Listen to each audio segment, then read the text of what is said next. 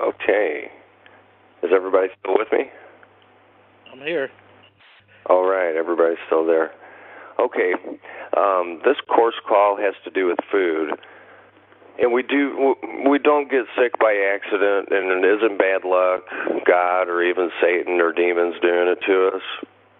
It's us who are doing it to us. Every bit of it.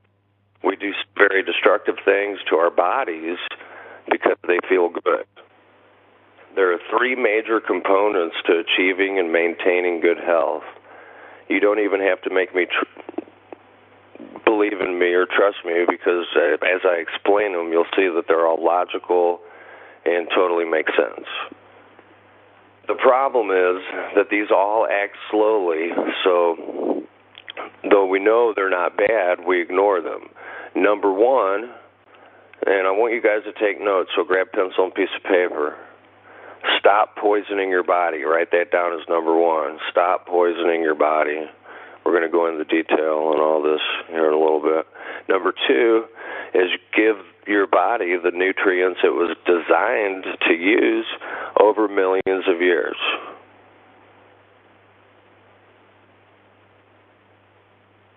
Again, number two is give your body the nutrients it was designed to use for the past millions of years. Number three is keep stress to a minimum. And I know I mentioned that on the call yesterday or a few days ago, to keep our stress as low as possible. And that is number three. Those are the three key secrets to health. And that makes pretty good common sense to me. But there is a catch. Nothing comes without a price, and the price for health may be more than you're willing to pay. I'm not talking about money either. I'm talking about changing your habits. Bad habits, the bad habits that you've developed over a lifetime through the habits you've learned from your parents, teachers, media, even the store. When you walk around the store and look around at what's on the shelves, you think it's automatically okay to consume because everybody else is consuming it. Worse, the lifestyles of everyone around you are reinforcing these destructive habits.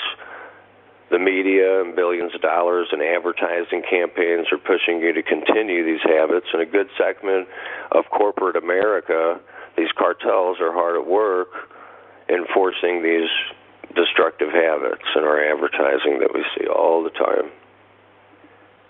Even our trusted and beloved government is doing its best to see that you live a life of sickness and poverty. I wish I was exaggerating.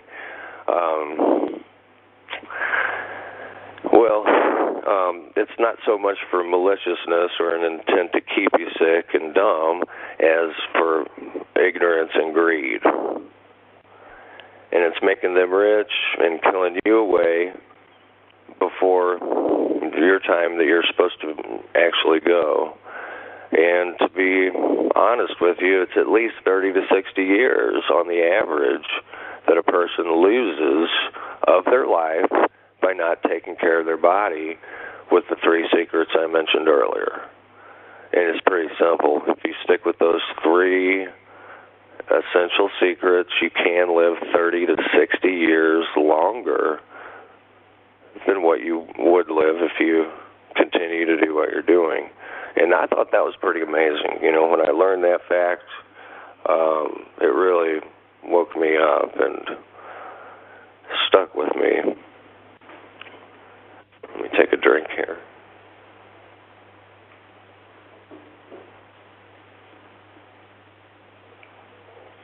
Okay, the odds are that you've been sucked in so thoroughly you're completely unaware of what it's to you.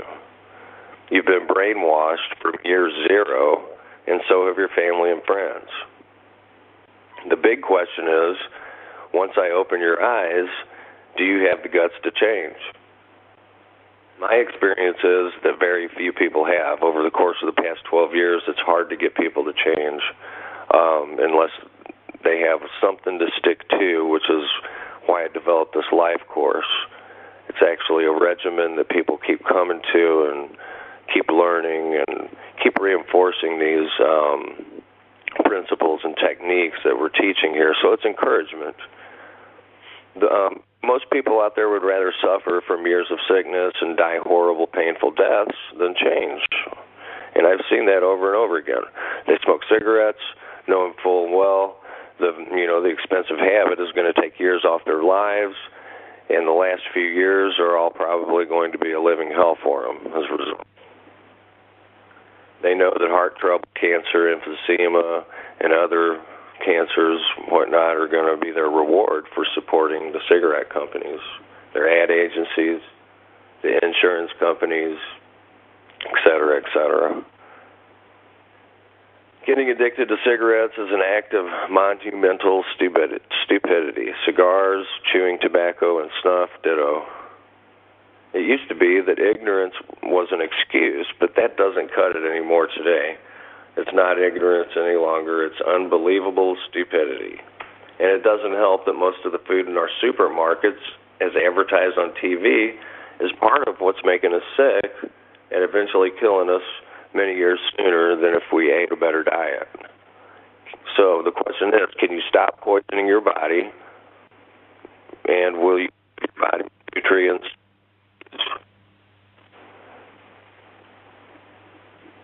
And will you live a less stressful life? Those are the three things we're going to focus on. And that's a fair price for adding 30 or so years of healthy, happy living to your life. What do you think? Yeah, I think it is.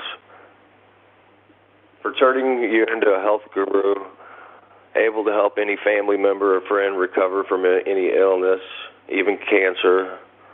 What you paid for this education isn't the real price. It's basically the first installment. The price I'm asking is steep but fair. One, I expect you to teach others the secret so they can do it themselves, basically lead them to our program. Two, I expect you to help change even your city, your state, your county, where you live, and educate more people about this. And eventually it'll spread and take over, and everybody will know these secrets before we know it. It could spread by the end of the year. Who knows? One person can be ignored. 1,000 people are much more difficult to ignore. 1 million people can't be ignored. Or one person change a town. A few hundred people can change a state. 1 million people can change a country. And that can, in turn, change the world. Okay. Millions of years ago, our bodies adapted to work with nutrients that were available at that time. Does that make sense? Now we've changed all that, and we wonder why we're either dying or doddering into nursing homes in our 60s instead of raising hell at 120 years old. So we poison, malnourish, and dehydrate our bodies into sickness, and then we go to our doctor to get expensive medication prescriptions, which unfortunately are more poisons to our body. This is a $1.5 trillion American medical industry and is controlled by almost maybe a handful of giant pharmaceutical companies. Their worst nightmare is us. I forgot to state my disclaimer earlier at the beginning of this call, so I need to do that now. I'm not a doctor, nor a health consultant. I just like to share information that I've learned with other people and present it to them in a way where they can actually use it if they so decide. So this call is for educational purposes only before I go on.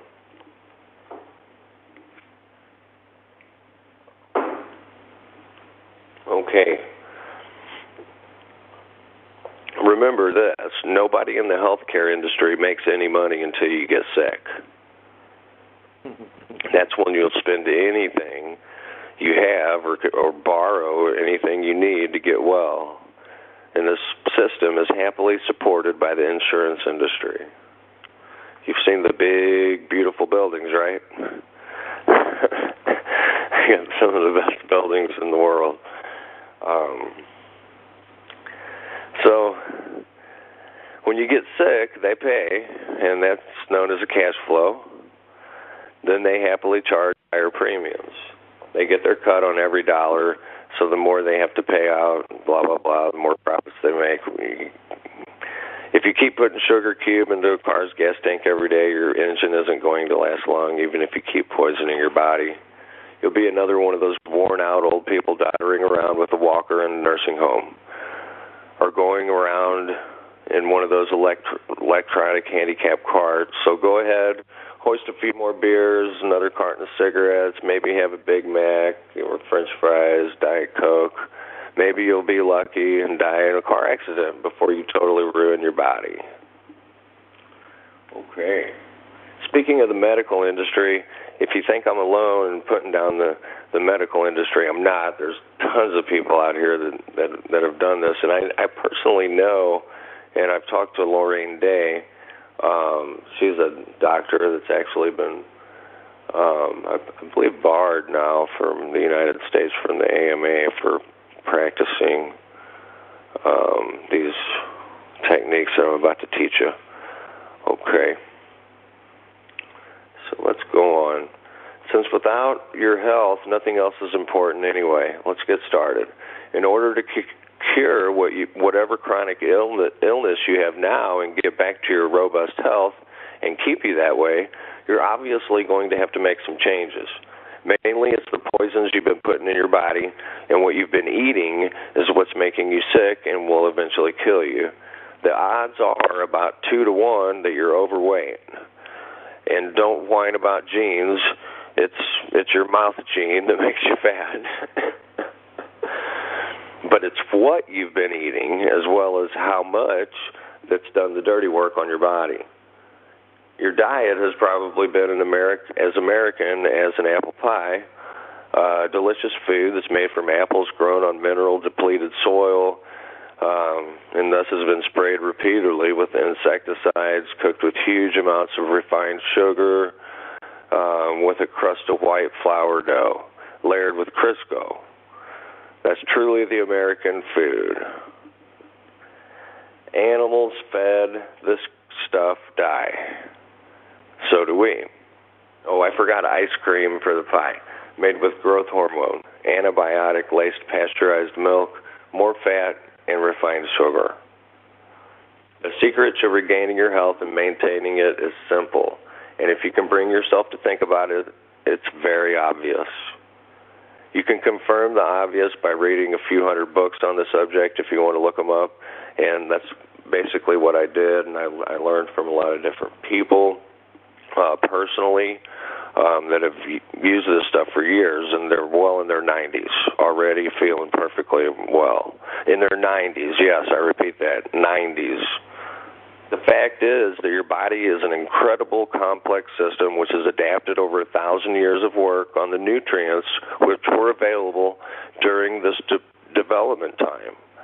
Food, water, air, exercise, sun, sleep, and a minimum of stress. I'd like for you to write those down. Food, water, air, exercise, sun, sleep, and minimum of stress. Then, just a few thousand years ago, people found that food surely did taste good when it was cooked. Then, in a blink of an eye, in the timeline of mankind and our digestive systems still haven't been redesigned to deal successfully with this cooked food. And just as your car engine will run for a while on a variety of fuels, it does so poorly and eventually breaks down unless you run it on what it was designed to use. And you certainly don't want to put a cube of sugar in there every day and feed it. So why would you want to do that to your body? Just a teaspoon of refined sugar is enough to upset the immune system in a 24-hour period of time. Just think about that. A teaspoon of refined sugar, which is the sugar you buy at the store, pure cane sugar, I won't mention any brand names, but just 1 teaspoon of it. Right, and I need you to write this down because I want you to remember this fact. It's very eye-opening. 1 teaspoon is enough to disrupt your body's immune system. I know you're going to find this difficult to believe, but for some weird reason, doctors have decided to try a raw food diet on some of the terminally sick patients to see if it would help them. Yeah, he put them on raw food diets, and the results were spectacular. He found that he was able to rescue his patients even from the last stages of cancer, AIDS, and a bunch of chronic illnesses just by getting them to eat raw food, pure raw food, and I would recommend organic as well. Fruits, vegetables, even meat. Steak, if anybody's ever heard of steak tartare, it's a French dish. It's raw hamburger with raw egg and capers. I hear it's delicious. Never tried it myself. I'm a little afraid of the raw hamburger stuff myself, but if you're worried about the E. coli and stuff like that, all you got to do is rinse your meat in some colloidal silver before you eat it, and I'll talk more about the colloidal silver later, and I know a lot of you already know about it already that's on the call.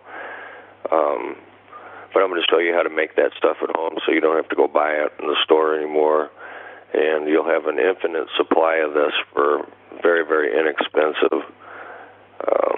They take care of any of the extra passengers that your supermarket staff may have added to the meat. Silver likes to kill those little passengers. I like to rinse all my fruits and vegetables. Maybe take a note of that now, that colloidal silver is a great thing to rinse your food with before you eat it. It kills germs. They've done tests with colloidal silver in Petri dishes, and it just suffocates anything that may be in that Petri dish. The silver molecule bonded with a water H2O molecule suffocates bacteria, any kind. Pretty amazing. That's a miracle in itself, saved for another subject. Okay. And as I was talking about Lorraine Day earlier, she was explaining how she almost died of breast cancer, and she cured herself on her last days of death. She was just about to die. The doctors, I think, gave her 5 days maybe to live. I think it was maybe 2 to 5 days. So she changed her diet immediately. A friend, I guess, brought her in a load of carrot juice. I remember her saying it was somewhere to the tune of 5 pounds of carrots, I believe, and 20 glasses of pure water every day. And she cured herself of breast cancer. And that's amazing, just off of carrot juice and 20 glasses of pure water a day. And that just shows you keep your body hydrated, and it won't come down with these things. Keep it nutrient-fed as well. Okay. I'm sure a lot of you have heard of that doctor. She's pretty popular here in the alternative health industry. But what's her name? Lorraine Day. Oh, yeah, okay. Yep. Yeah, I've heard of her. Yes, she's pretty popular out there. According to a recent report in our medical industry, has been averaging $345,000 per cancer case. Unfortunately, they have a 93% failure rate for helping the cancer patient themselves.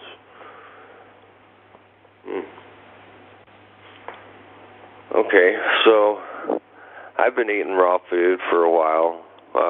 Not 100%, and I'll go into why. It's not been 100% a little later in the call, but every once in a while I eat out or whatever. But usually in the morning I'll juice up some oranges for orange juice, just so you know what I do personally, or grapes, or any kind of fruit that's good juiced. I've even done tomatoes, carrots, cucumbers, any kind of greens you could do, like any lettuce you could definitely juice. I don't particularly care for that type of juicing, but it's definitely pliable. You can definitely do that. Banana, strawberries, spinach, beet greens, watercress, et cetera. But that's what I do in the mornings instead of just regular orange juice bought at the store, because all that orange juice is made with water with what in it? Fluoride, chemicals, et cetera. So you want to stay away from those juices usually in the store, except for a few out there. I know there's a few out there right now, and I actually got some today. I won't mention the name brand, but it's all puree from fruits. I don't have a bottle right here, but it goes into detail right on the bottle how many fruits is exactly in the juice, which is pretty cool. I thought. Okay. It turns out that raw meat goes through our digestive system very quickly. Cooked meat goes much more slowly, and the more it's cooked, the slower it travels. As the body tries to deal with and fight the resulting toxins. If you're not having at least 3 loose bowel movements a day, you're eating wrong. There's an awful lot wrong with our food supply, as I'll explain. Not only have the food giants removed most of the food value from our bodies that we need from the junk they're supplying us, they're also adding a lot of weird chemicals to avoid spoiling of the food so they can put it in boxes with a shelf life of several years. It's even worse that because the food of the manufacturers start with no longer has lost most of the minerals our bodies need to function as well. There's a lot of hype in the alternative health field about the minerals that are missing from our food. Well, whether the mineral products these outfits are selling will supply us what's missing or not, I don't know, but what they are right about is one thing. The land our farmers, both small and conglomerate, are using to grow their crops were long ago depleted of the minerals our bodies and the plants needed to be healthy. Now, there's a business opportunity for you right there. So farmers have been using chemical fertilizers, which are made up of nitrogen, phosphorus, potassium. You've seen this on all the fertilizers out there, organic or not, to get their crops to grow, chemicals. Sadly, even most organically grown food are missing the essential minerals the plants and our bodies need. They're just fertilized with organic fertilizer like horse manure instead of chemicals, and that doesn't provide the missing needed minerals. What a few farmers are doing, and write this down so you guys remember this, and all of them should, is put down a layer of ground rock every few years to revitalize the land's minerals. There's a great book on this subject out there. It's called The Survival of Civilization by John Hamaker.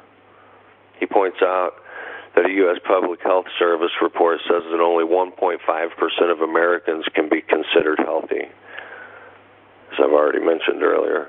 Lacking these essential minerals, even people who eat the healthiest food they can find are still going to need vitamin, mineral, and enzyme supplements to keep them from being malnourished.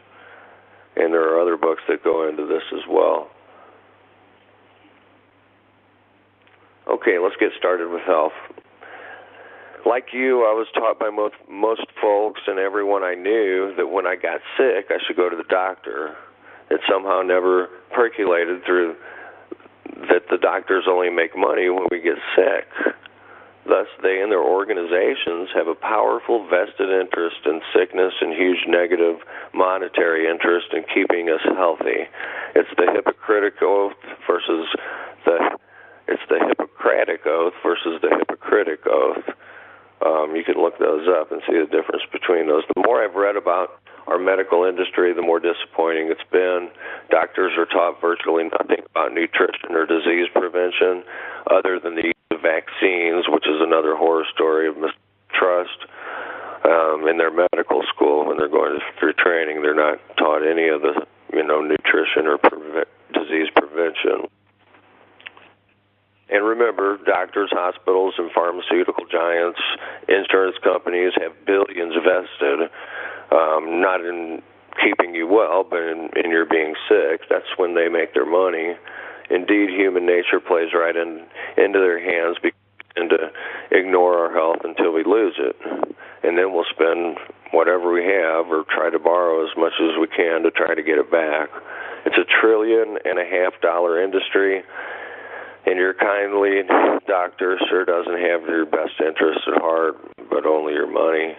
I know some doctors don't know this because they just don't realize it, and they've never been taught that. So not every doctor out there is bad.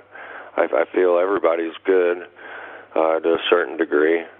Anyway, it's strictly a business and not a ministry, and it's built entirely on our ignorance and gullibility. It's also one of the most profitable businesses in the world. Okay, enough about that. We hear a lot about cancer research. Sure, we get endless pleas to donate for the search for a cure for this or that disease, and the government spends billions of our money on so-called medical research. For instance, in the last 25 years, though billions have been spent on cancer research, the survival rate is 97% of victims have not been improved one little bit. In fact, prostate cancer patients have a longer probable life if they are not treated than if they are treated. Without treatment, you can expect to live around 15 years. With treatment, you'll probably live less than 5 years. Or you can just change your diet. And it's said, and there's books out there on this, that you can cure any disease in the world in 4 to 6 weeks by eating raw food. Amazing. Amazing. Write that down.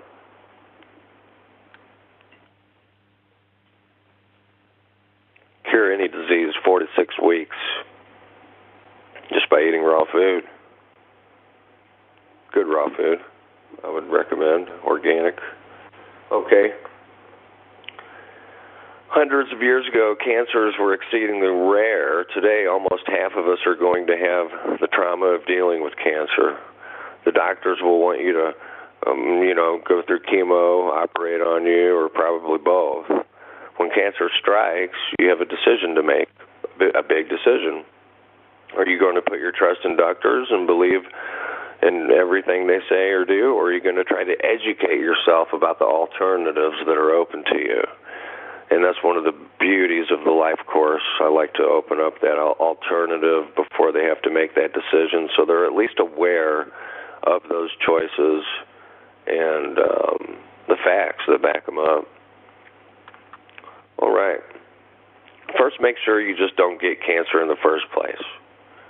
Now, I'm convinced that cancer is 100% avoidable if you either follow the instructions in this course or educate yourself by reading hundreds of books out there, which I'll tell you about later.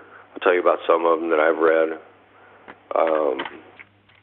And then slowly make a change in your ingrained habits. If you'd rather die, that's okay. I just don't want it to be painful and an expensive death. Secondly, if you don't change so you can avoid cancer once it hits, you can consult any of the books that are out there and do your own homework. Okay, of course, the real secret is for you to keep your body's repair system strong so you will never have cancer, heart trouble, or any chronic illness, which comes upon almost 99% of older people. There's an even worse indictment of the medical industry. I've read some careful documented cases of doctors who have discovered cancer cures, and then the AMA has persecuted them and had them put in prison by the FDA in order to prevent their inexpensive and unpatentable drug or treatment from being used or even tested.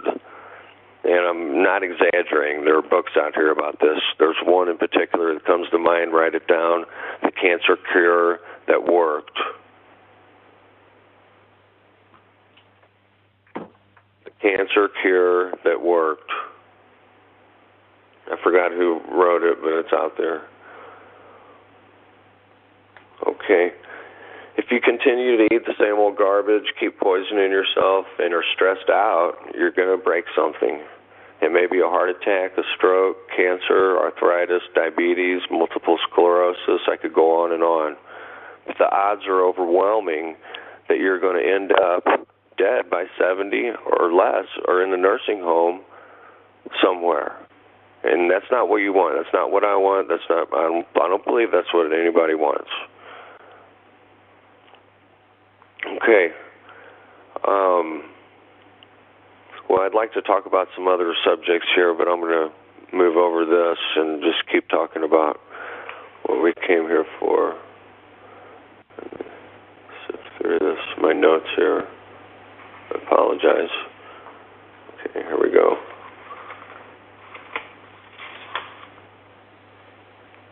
Okay, why raw food? Food tastes a lot better cooked, right? Well, for some people, eating raw is like being a vegetarian, a fad. Well, in addition to compelling evidence from many doctors, recent research reports have confirmed that our bodies do indeed accept raw food with no problems. But when the same food is cooked, even lightly, our bodies treat it as a toxic invader, rushing out white cells and depressing the immune system. That, plus sugar, a host of other poisons, lack of exercise, lack of sunlight, and constant stress will wear out your body's motor years earlier than if you take reasonably good care of it. Salads? The only time I ever had those was when I go out to a restaurant and they had a salad course, and those were most recently iceberg lettuce, which provides little real nutrition anyway. There's alternative salads that I'll give you recipes for later that we'll discuss in detail. Raw meat, more on that later as well, because I don't do it. I don't expect anybody to do raw meat, but a lot of people do, and they like it. And eventually I might try it, but I've just never got the guts to do it. It's just one of those things I haven't done yet. Okay. Maybe you've noticed that people come in all shapes, sizes, colors, and temperaments. It's a problem for the clothing and shoe industry, definitely. The fast get slowed, and the bored get numb, and the slow get run over. Our medical industry uses the same one-size-fits-all approach.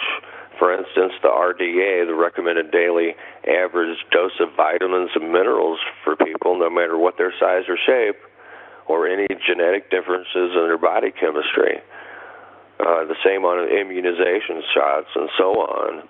The sumo wrestler that weighs 400 up to 400 pounds, or the 97-pound weakling, everybody gets the same shot. Don't make sense to me. Or daily allowance, that's just not. The fact is that our genetic makeup are all different, and we can plainly see variations in skin color, height, body build, and so on. So does it make sense that we might just all be somewhat different chemically too? We know that we're all allergic to different things, right? So maybe it stands to reason that our bodies are going to have somewhat different needs when it comes to vitamins and minerals and resistance to poisons. So should we be surprising when some people have violent reactions to some medications and shots? Some even die. But the number is an acceptable loss, according to the medical profession and the government. Some people are more easily addicted to nicotine, alcohol, caffeine, and other drugs than others, possibly the result of genetic damage before conception or during pregnancy.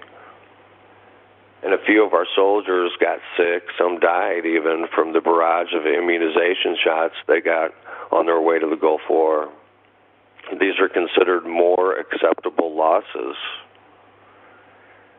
And the fluoride put in our drinking water kills a few people. Our water supplies are 60% fluoridated. We talked about that in detail in our water course. Those in Europe are under 2%.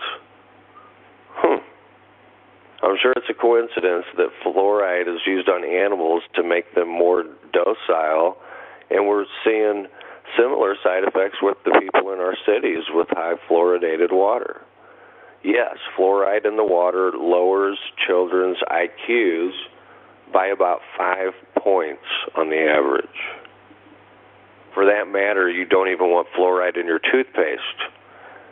And I heard earlier somebody had rushed out and tried to get the toothpaste I recommended last course, which is great. I'm glad you guys are doing this stuff.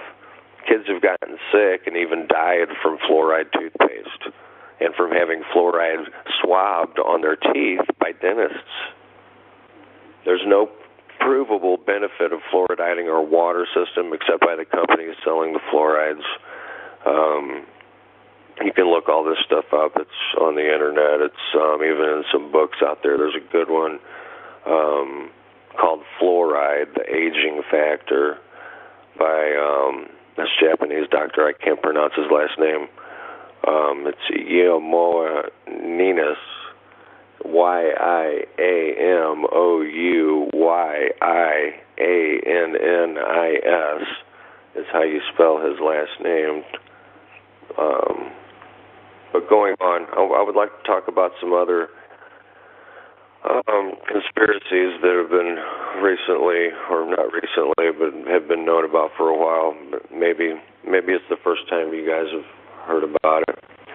Unless you know somebody with HIV or AIDS or both, or are curious about all the fuss, you may not be interested enough to go out and buy the Peter Duesberg book, Inventing the AIDS Virus. It's a $30, 722-pager, and it rightly nails the medical establishment to the wall for the mess it's made of this whole business.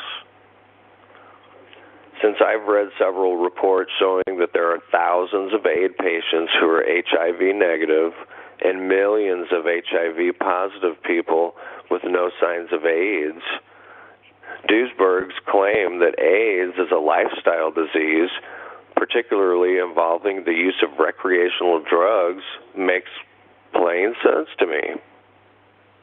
He further provides exhaustive proof that AZT, which is a chemotherapy used to treat AIDS patients, actually is responsible for causing AIDS. He also provides proof that AIDS is not in the slightest bit infectious. AIDS is actually the result of a toxic buildup from drug use. Remember the drug culture of the 1960s? Well, is it really all that surprising that people's bodies even eventually reacted a few years later? And since drug use is a particularly rampant in the homosexual culture, this explains why the syndrome hit this group so strongly. It's similar to cigarettes, where it takes a few years of poisoning one's lungs and body with nicotine and tars before emphysema, heart trouble, lung and throat cancer, and other illnesses caused by defeating the body's immune system inevitably appear.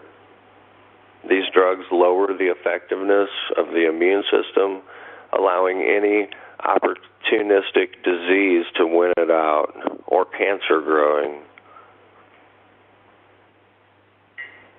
In Europe, the cigarette companies are not allowed to add sugar to the tobacco. But in America, the tobacco companies pour it on by the millions of pounds.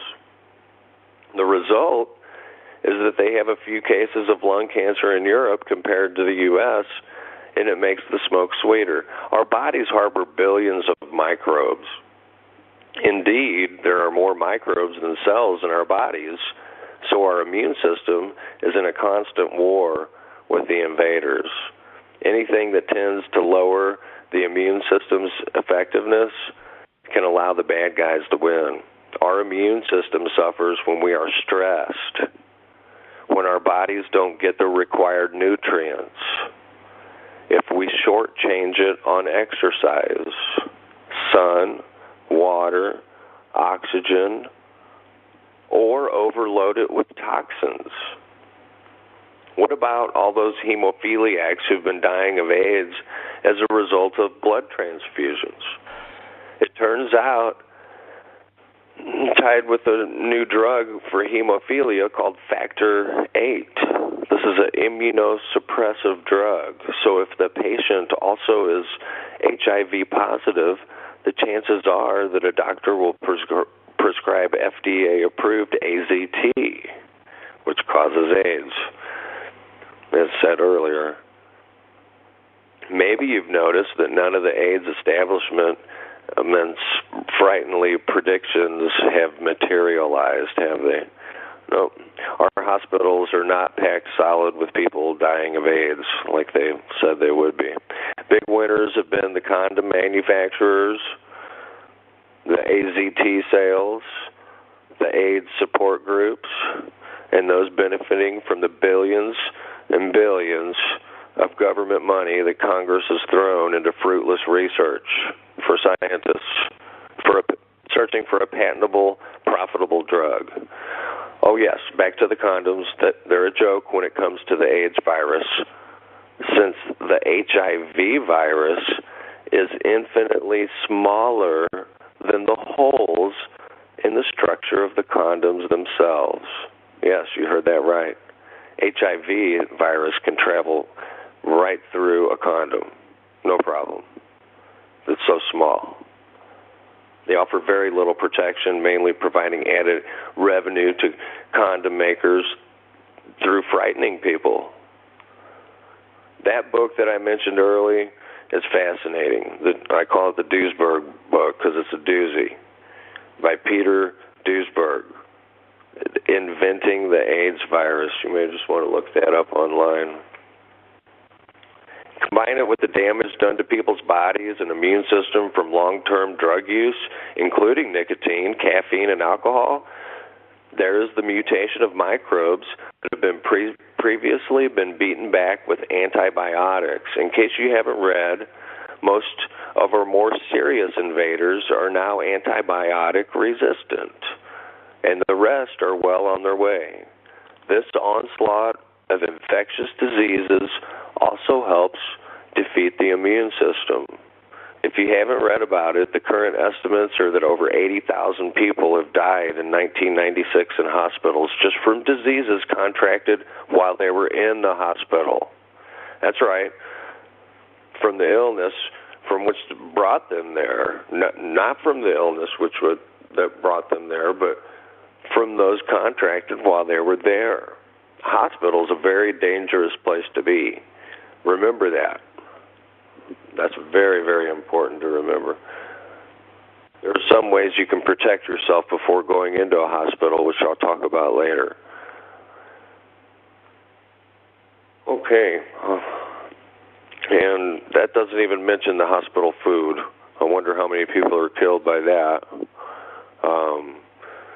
I had the pleasure of having hospital food a few times in my life, and it wasn't all that great, from what I remember.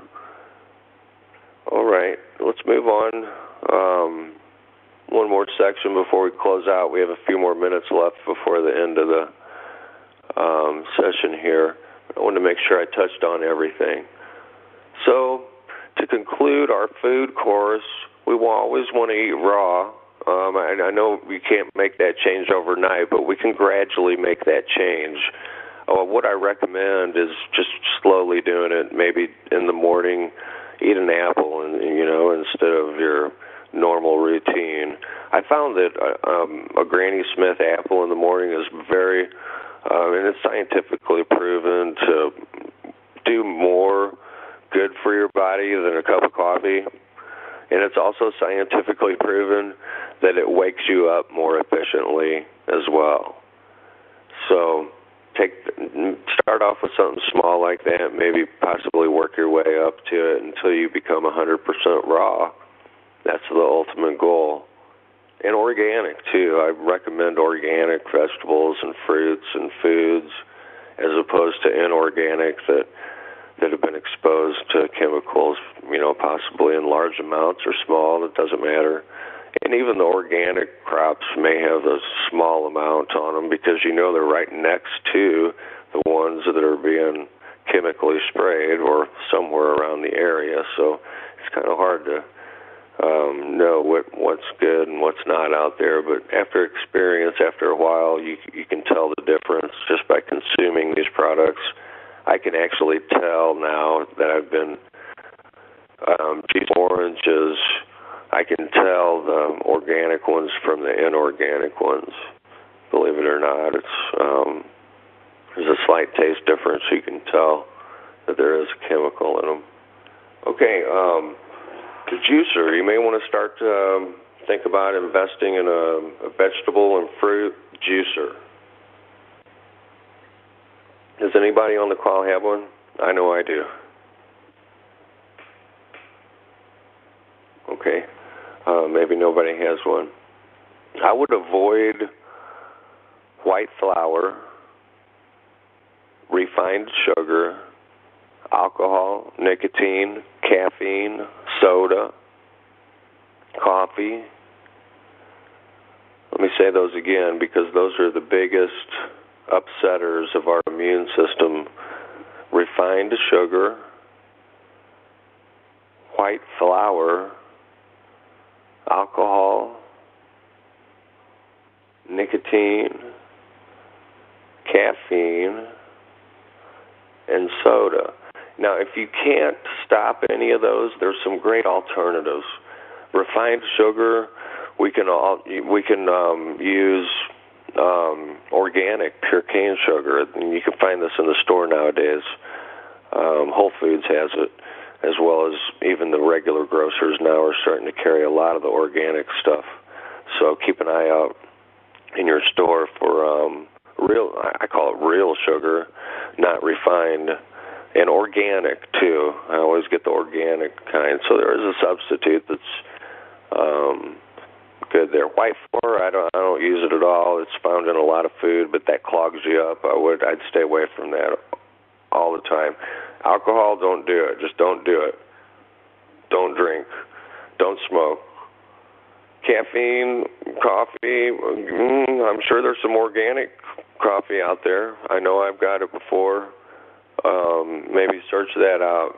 The ones that don't have the chemical compounds in them, and definitely not decaffeinated. I've heard decaffeinated is very, very bad for your body because it goes through a chemical process to get the caffeine removed from it. So I would totally avoid decaffeinated coffee. Soda disrupts your pH level in your body. I don't recommend it at all, but there is a great organic soda out there. I believe it's from the Wild Harvest brand. I'm not sure, but they do sell it at several stores out there that I've found. I've totally stopped drinking soda, but that's how I weaned myself off of soda, is by going organic for a while. And to this day, I'm totally free of soda, which is great. I've always wanted to kick that habit. That's one of the main things people have when they're fighting weight loss is they can't give up their soda, and that's what keeps the weight on. Usually all that sugar in there, and syrup, and not to mention the phosphoric acid that eats away at you. Not good stuff for you. Okay, I've went a little bit over the hour. I want to wrap up the call right now. I'm going to conclude it now by saying thank you, everyone, for joining. I want everybody to stay on the line. I'm going to stop the recording here and go ahead and take questions from you guys. So just hold on the line for one moment, and I'm going to pause our recording here.